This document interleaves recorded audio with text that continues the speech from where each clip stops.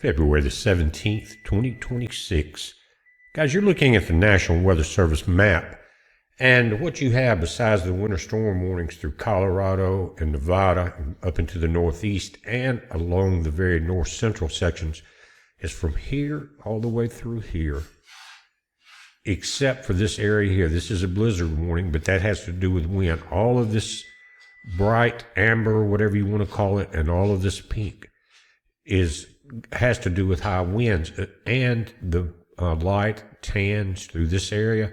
We've got a very fast wind moving from east to west across our nation right now, and you can tell it from what's offshore on the west coast, and that's bringing you these winter storm watches and warnings, blizzard warnings, things like that. But this is becoming very dangerous in this area, and because it's been dry, I think, except for that rain that swept through the other night. Remember, about midnight, it started in Texas, came across, but it wasn't very long lasting. Now, we got a lot of rain, but they've been in a drought up in the Texas Panhandle and the Oklahoma Panhandle, and now it's starting to become a problem. And I'm going to show you where, looking at satellite images, so you can be watchful for your area. Now, this morning as it was getting light, it was hard to see into this area. This is the Oklahoma Panhandle and Oklahoma Texas Panhandle right here. All of this area is becoming very dangerous, guys. And let's let it play through now until current images, and this updates about every 5 minutes. So let's play it through. You're going to see it start into the Oklahoma Panhandle here, and watch as the day goes on here in Texas. Let it play back. I'll slow it down just a little bit. Slow that down. Here, that's two fires. This one looks like one of the larger fires, and this is the one that I saw a few moments ago from one of the storm tracking channels. But again, 1, 2, 3. There's another one right there I just saw. Let's check it out again. And in this last frame, I've got it paused here, guys. Look at this. This thing's spreading pretty fast. You got some hot spots, and it's a very wide area. Again, you could see this for miles. It's real flat up there as the storm chasers were approaching it. And they were having to turn traffic around. Guys, you've seen this area. And this section of Texas. So we've got this large area, 2 basically here, 3 and 4. And you can see the smoke coming from it. But how many years ago was it, guys? We had a tremendous amount of fire burned from the northern sections of the Texas Panhandle down through a lot of ranches and everything as it moved south. It was a large fire. I think some of the people in Texas caught a lot of flack as far as the leaders. But anyway, this is what we got. And if we pan this satellite to the right or to the east just a little bit, guys, you can see this starting to cross state lines here coming out of Oklahoma. Check that out. What is this? I think the Nebraska line right there. But look at that. You're starting to cross the state line. And notice the wind direction. Definitely directly northeast. See this, how it's pushing that way, just like the weather is. So it's being controlled by the high winds. Not a lot they are going to be able to do about it, especially this big fire, I don't think, until they get the winds calmed down some. I'm sure they can put some tankers in there if the winds are not too high. I don't think choppers are able to get up in that area right now or anything. Everything looks pretty much ground-based. Don't know about the big drop planes yet. If you guys in this area know more about it, let us know. Now let's look up into Kansas again, guys. Both fires are now breaching that line, but look right there. This one looks like it flashed up. It's right in this area as the cloud cover clears. See right there. Now, it's probably going to be dark before long. It's 4:30 p.m. Central Time, and I don't know, they're not going to be able to do a lot of work at night as far as flight-wise. So you guys in these areas, pay very close attention. And if we look at this on Google Maps, guys, let me back this out just a moment. You can tell we are in the area of, this is Guyman, Hooker, Forgan, Beaver, through this area here with that big fire. Again, it's starting to cross over anywhere along this area. This is Coldwater, Liberal, Huggington, Rolls, and then back down into the Texas Panhandle, guys. This is Delhart, Dumas, Borger, Pampa, Amarillo's here. This is where 40 comes across, headed through New Mexico and into California. And it looks like they're pretty much north of this section, of the I-40 section anyway, along this area. And again, moving over into here, into Oklahoma, we saw a fire trying to pick up somewhere around the Woodward, Moreland area. So you guys there, be very aware of the situation. If the wind's not going to break down and slow down, and it's not indicating that, this is going to continue. I hope we don't have a massive outbreak, but some are predicting that. And just quickly, guys, you've got some storm chasers there. This is Storm Chaser Brandon Coptic. This is wildfires in the Southern Plains. This is Jaden Paperham.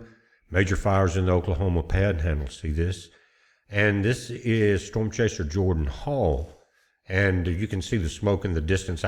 They've been driving around. I kind of checked them out earlier. And here in the middle, guys, between the two Guthrie videos, is Beaver, Oklahoma extreme fire threat. This is Brian Emfinger right there. Check that out.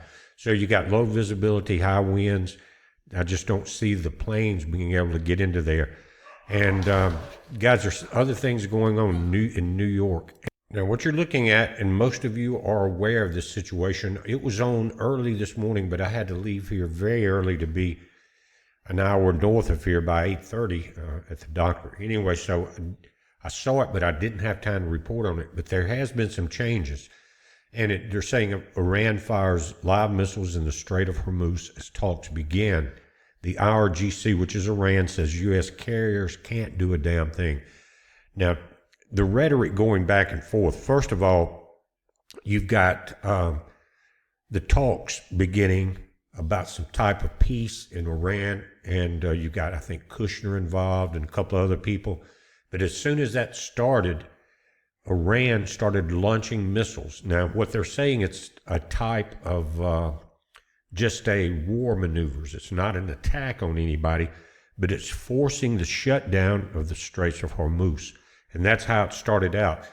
Now, Trump had said that if the deal doesn't go down today, with Jared Kushner and the other group there that's trying to get the peace deal going, he said it's going to be a bad day for Iran, his almost exact words.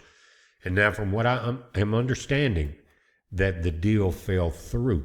It may have been because of this attack, or not attack, but this war game scenario or practice or whatever, maneuvers, that may have shut it down, because as soon as they were starting to speak at this meeting, the missiles were launched. So it's like, damn if you do, damn if you don't situation, you know. But evil has no bounds, regardless of who's doing it. And war is their way. But listen, we're on the edge, because Trump, again, said if the deal doesn't go through, it's going to be a bad day for Iran. And now they're doing this. They've been threatening this, for a couple of weeks now, maybe. And at that time, they had mentioned that both Russia and China may be involved in these naval maneuvers. Not sure about that yet. I'm looking for some more information. But from what I understand, the deal did not go down for peace. And you've got this happening, and Iran is saying there's nothing you can do. And they're saying that they have the weaponry to sink any American ship, put it to the bottom of the ocean. They're saying the ships are big, tough, whatever, but they have something that will put them on the bottom. So we're right at that. Again, we're close to the edge here, guys, because we know that several months ago, the U.S. Air Force and the Naval Air Force, whatever, attacked Iranian's nuclear missile building site, that big valley there. But guys, more than likely, they had stuff spread everywhere. Iran is an extremely large country. So that one place was, again, where they were, I guess, refining the uranium and making it stronger and all of that, getting it all ready. But missiles have been placed everywhere. And they're saying they got the stuff to put U.S. battleships and aircraft carriers on the bottom. So that if this is not the red line that Trump was talking about, if they attack one of our ships, there's going to be a massive war break out in the Middle East. How long it will last, I don't know. But it's like the Middle Eastern philosophy is coming to a head. In other words, total jihad, total martyrdom, everything all at once. At the same time, we're seeing pushes from similar but not exact groups as far as overtaking and pushing everything to the edge, even in New York if you're not paying attention. But let's look at this a little. It says Iran fired live missiles into the Strait of Hormuz and temporarily disrupted traffic through the strategic oil checkpoint Tuesday as President Donald Trump's envoys opened high-stakes nuclear talks in Geneva, Switzerland, with Supreme Leader Ayatollah Ali Khamenei, simultaneously warning that American-born ships could be sent to the bottom of the sea. Now, again, with this flashpoint, Trump really has not played many games with Iran. You know, like I said, he took out that big nuclear facility. And it's not the first time things like that have happened. But we've got a group of warmongers, both from here and in Israel, that are pushing this behind the scenes in a way. And Lindsey Graham's one of them. And also, we can't forget that Iran has always done a lot of saber rattling also. It says Iranian state-affiliated outlets reported that the Islamic Revolutionary Guard Corps launched missiles from coastal and inland positions during what it called the smart control of the Strait of Hormuz. It exercised while drone units operated under signal jamming conditions. They're preparing for some type of attack, and they're bolstering in front of it. The Strait of Hormuz, through which roughly 20% of global oil supply passes, is one of the world's most vital maritime corridors. Now, at 20%, I think they're just about one of the largest. But either way, that is a tremendous amount of oil that usually goes to China. And Iran's Rear Admiral Elizra Teixeira, commander of the IRG Navy, said Iran stands ready to shut down the waterway if ordered by senior leadership, which would be the Ayatollah. So, again, they love to rattle the sabers. They love to boast. And it's like the smaller kid standing up to the bigger kid. You know, maybe you won't win, but you're going to sure let him know you're going to fight, right? We understand that. But now we have a military not run by Milley, but by Pete Hegseth. And Milley's, his people that were left behind, for some reason, is still working. One of his major people got fired today. Anyway, the decision to close the Strait of Hormuz rests with the senior leaders, Teixeira said, adding that the Iran forces are prepared to carry out such an order. The missile launches unfolded as Trump's envoys, Steve Witkoff and Jared Kushner, met with Iranian officials again in Geneva for a second round of indirect nuclear negotiations. One day earlier, Trump said he would be indirectly involved in the talks and warned that while Iran wants to make a deal, the regime does not want the consequences of not making a deal. I don't think they want the consequences, Trump said aboard Air Force One yesterday. They want to make a deal, but then they turn around and do this. I guess that's like showing your hand or whatever. The president also reiterated that if negotiation fails, it's going to be a bad day for Iran, very bad. And then Khamenei replied, he said, referring to U.S. naval deployments in the region, he wrote that while an American aircraft carrier is dangerous, more dangerous than that warship is the weapon that can send that warship to the bottom of the sea. So again, that's, saber rattling, putting up a shield in a way, a psychological shield. But I don't think that affects Trump and Hegseth as much as it has other administrations. Now, in another message, Khamenei declared that the U.S. is a corrupt, oppressive empire in decline and suggested the world's strongest military may at times be struck so hard that it cannot get up. You know, again, talk is cheap, but if it comes down to the cutting, and they have these weapons in place, they will use them before they go down without using them. And Ayatollah, he directly referred to Trump saying, or writing that the U.S. president had acknowledged Washington's inability to eliminate the Islamic Republic over the past 47 years, adding, "You too will not be able to do this." It's, he's not really trying to overthrow Iran, but it's got a lot to do with Israel, guys. You got to be honest. And it's got to do with oil. But I think Trump's been holding back somewhat simply because we've got more and more equipment moving into that area, both by sea, by air.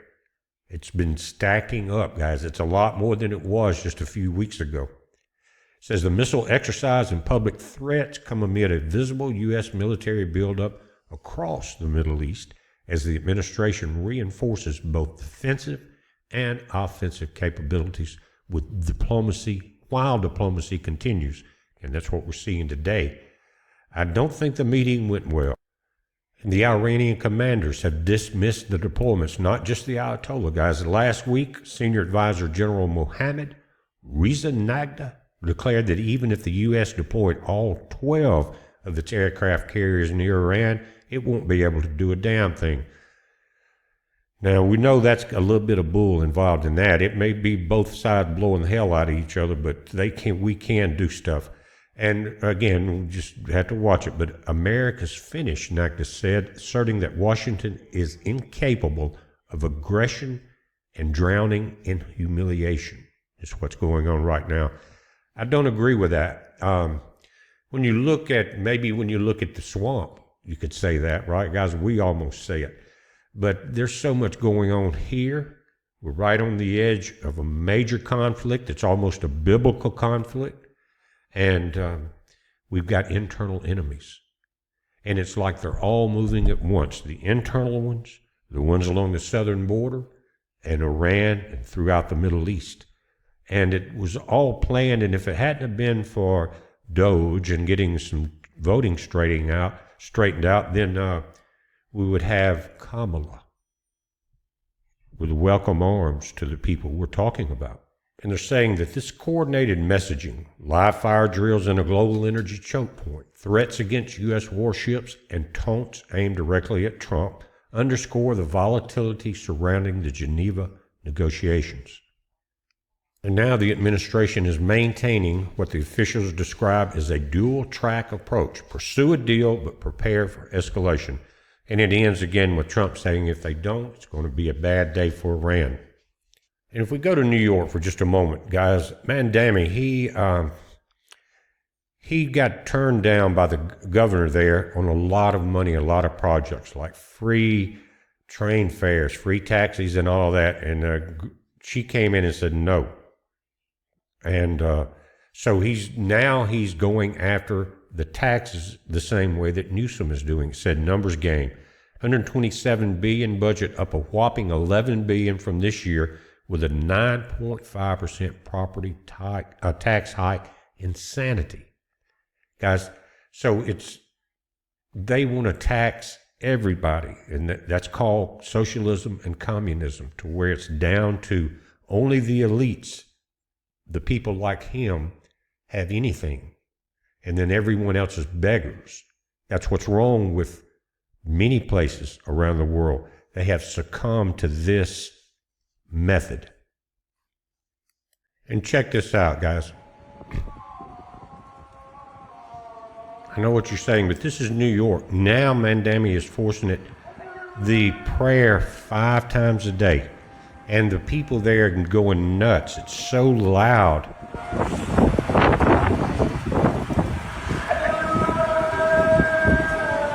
And Gavin Newsom has not been out in the open as much with it, but they're all about it, I promise you. And Nancy Pelosi now is pushing him to run for president. I don't think it would happen unless every conservative voter on the planet died. But that's what's going on, guys. It's, again, enemies within and without the gate. And why this is happening is very hard to say. It has to do, I think, remember Mandami when he first got into the mayor's office, he had a meeting with Trump. And we came out and they were surprisingly friendly to each other. All of you remember. But, Trump kind of played the game. But I think what's happening, we saw the conflict in Minnesota, we see it all over. And the outcry from the Democratic side of the aisle about that, they don't want to lose their voters, right? Well, he is getting pressed really thin right now, both with, money, military going overseas along the borders, all of this, right? And so I think they've kind of adopted this back out, let them boil in their own cesspool long enough to see what will happen. And really, it's not going to take very long with what you see in New York right now. Again, taxes going up, property taxes 10%. And it's not going to be that much except for white people. Wow. Anyway, that's where we're at, guys. Again, couldn't do anything this morning. Wanted to come in and update this. And I'm going to insert a little thing here with a little better attitude to end this video, guys. So enjoy it. I had to kind of blend it in. I talked about this the other day. We're watching it. You watch it. It's a major heads up. Be safe.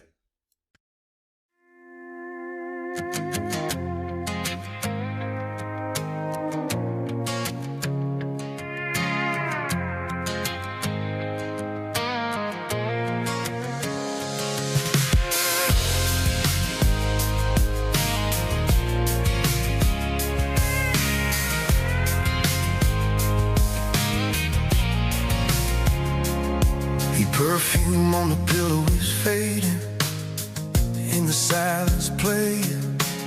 All I hear is you saying, "This ain't working, babe. you can't be saved, But you should know I'm still waiting. in case you ever change your mind, I'll leave on the porch light till I see your headlights. 'Cause darling,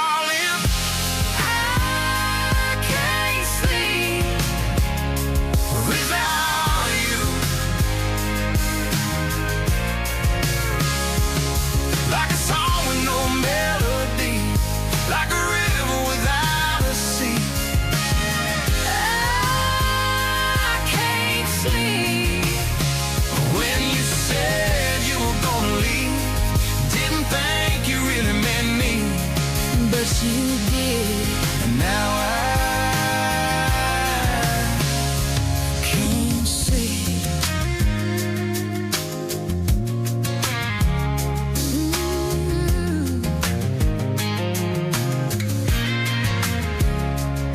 In my dreams, I see you walking on water. All the things I never told you I oughta. The deeper I feel, the higher you got. And I never got to know you 'cause you left before you thought. But in case you ever change your mind, I'll leave on the porch light till I see your headlights. 'Cause darling, I can't sleep without you. Like a song with no melody, like a river without a sea. I can't sleep when you said you were gonna leave. Didn't think you really meant me, but you did. Now I can't sleep. Oh, I can't sleep.